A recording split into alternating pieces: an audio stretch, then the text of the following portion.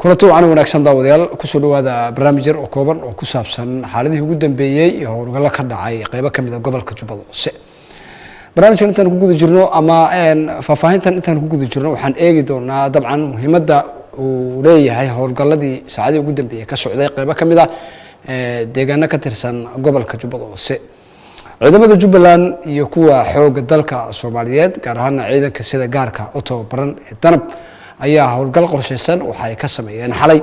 deegaan lagu magacaabo Weelmaro oo 40 kilomitir u jira degmada Afmadow ee gobolka Jubbada Hoose, laakiin sida la sheegay intaas uga dhow degmada Xagar ee isla gobolka Jubbada Hoose oo ku dhawaad 15 sano wax ka badan ay gacanta ku hayaan kooxda Al-Shabaab. waxaa jira khasaare baaxad leh oo sida la sheegay ama xogta aynu ku helnay gaaray kooxda argagixisada Al-Shabaab, waxaana dhinaca kala jiray duqeymo la sheegay in howlgalladaasi ay barbar socdeen oo ay geysteen saaxiibada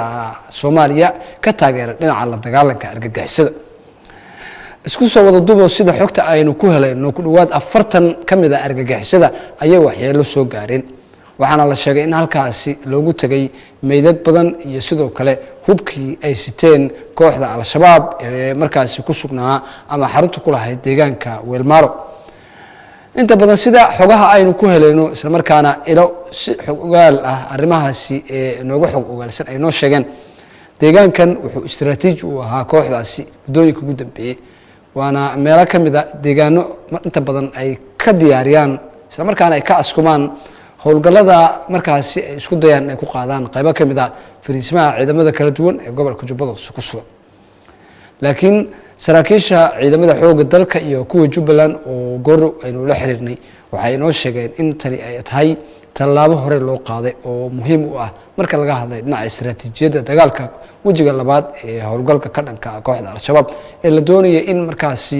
looga xoreeyo meelo badan oo waqtigan ay ku sugan yihiin kooxda Al-Shabaab.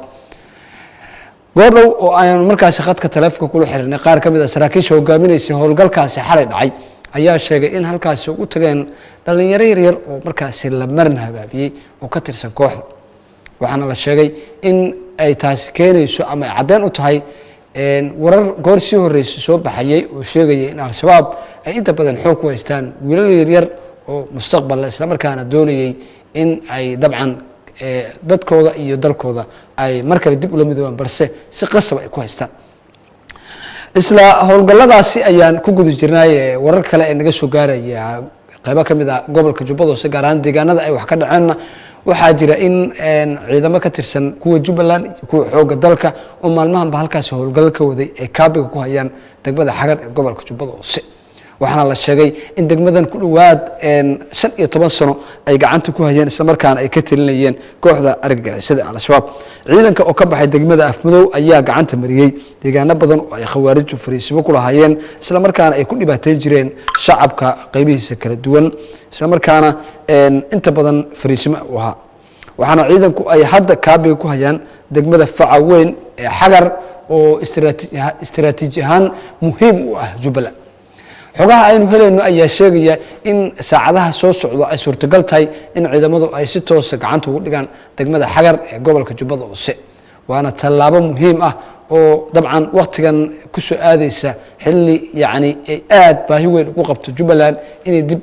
ay gacanta ugu dhigto deegaano badan iyo degmooyin ka tirsan gobolka Jubbada Hoose oo horey markaasi argagixisada ay gacanta ugu haysay. meelaha inta badan la filaya in dib ay amaba dhawaan Jubbaland iyo ciidanka xooga dalka ay gaaraan ayaa waxaa kamid ah degmada Xagar oo waqtigan kaabig ay ku hayaan Jamaamo oo sidoo kale toddobaadyadii la soo dhaafay ka dhacayeen howlgallo kala gedsan oo muhiim u ah Jubbaland iyo sidoo kale deegaano badan oo Kamsuumo ay kamid tahay, waxaana kuwaasi haddii la qabto ay horseed u noqonayaan isla markaana ay muhiimad gaar u leeyihiin howlgallada ka dhanka ah Al-Shabaab ee ka bilaaban doono qaybo kamid ah gobolka Jubbada Dhexe sida degmada Jirib, Saakow, Salagle iyo Bu'aale oo gabi ahaanba ka maqan gacanta dowlad goboleedka Jubbaland. meelo badan oo xiriir aynu la sameynay iyo xogo badan oo aynu raadinay waxaan si fiican aan dabcan u eegnay muhiimadda istiraatiijiyadeed ee degmadan ay u leedahay Jubbaland iyo sidoo kale muhiimadda ay u leedahay howlgalka wajiga labaad ee loogu magac daray Libaaxa Madow. Xagar sida aynu la socono waa degmo muhiim ah isla markaana qadiimi ah kana mid ah degmooyinka faca weyn ee Soomaaliya 92 degmo ee dalka dabcan dowladii dhexe ee madaxweyne Maxamed Siyaad Barre waxaana la sheegay in howlgalkan libaaxa madow ay u tahay udub dhaxaad marka laga hadlayo istiraatiijiyadda iyo sidoo kale isu kala gudbidda gobolka Jubbada Dhexe iyo Jubbada Hoose sababtoo ah waxay u dhaxaysaa degmooyinka Jilib Afmadow iyo degmada Bu'aale taas oo marka cadeyn u noqonaysa sida ay mar ugu noqonayso in marka loo socdo dhinaca Bu'aale iyo marka loo socdo dhinaca degmada Jilib iyo marka loo socdo dhinaca degmada Afmadow iyo waliba marka loo socdo dhinaca degmada Kismaayo oo xarun ah gobolka Jubbada Hoose marka isku xirka labada gobol ee Jubbada Dhexe iyo Jubbada Hoose ayay door muhiim ah ku leedahay kana ciyaaraysa degmadan waana sababta Jubbaland ay xoog u gelinayso dadaalkeeda ugu badan ay ku bixinayso in marka hore gacanta ay ku dhigto degmadan aan soo sheegnay istiraatiijiga ee degmada Xagar haddii Xagar gacanta lagu dhigana waxa dabcan yaraanaya isla markaana cadaadiskooda uu dabcan meesha ka baxaya marnadii kala duwanaa ee kooxdan isku daysay inay isticmaasho sida wadooyinka muhiimka ee soo galay deegaanka Jarnaa Cabdalle oo 5 bilood ka hor laga xoreeyay Weelmaaro BB iyo Mido oo inta badan ay ku dhuumaalaysan jireen kuwaasna waxa yaraanaya shaqooyinka halkaas ay ka qaban jireen iyo dhibaatadii ay geysan jireen mararka qaar marka taasina waa midda keenaysa in Jubbaland ay waqtigan geliso mudnaan gaar ah qabashada degmada Xagar oo sida aan sheegnayba xilligan ah degmo munaasab u ah Jubbaland qaybaha dambe wararkeena iyo xogaha kale aan raadin doono ayaan idin kula wadaagi doonaa waxyaabaha ka soo kordho howlgalka ka dhanka al-shabaab ee ka socda gobolka Jubbada Hoose gaar ahaan degmada Xagar iyo qasaarihii ugu badnaa ee xalay gaaray al-shabaab kadib weeraradii kala duwanaa ee ka dhacay deegaanka Weelmaaro bal waxaan eegaynaa iminkana dhinaca dowladda federaalka Soomaaliya oo goor war ka soo saartay howlgalkan gaar ahaan wasaaradda gaashaandhigga waxay sheegtay in ciidamada geesiyaasha ay howlgalkaasi ku jira ay sameeyeen tallaabo waqtigii loo baahnaa timid taas oo ay ku macneeyeen in tani ay tahay banaynta iyo sidoo kale usii dhabaxaaridda howlgalka libaaxa madow oo dabcan meelo badan oo Soomaaliya kamid ah waqtigan ka socda sida gobolka Hiiraan Jubbada Hoose Galgaduud iyo meelo kale oo markaasi muhiim ah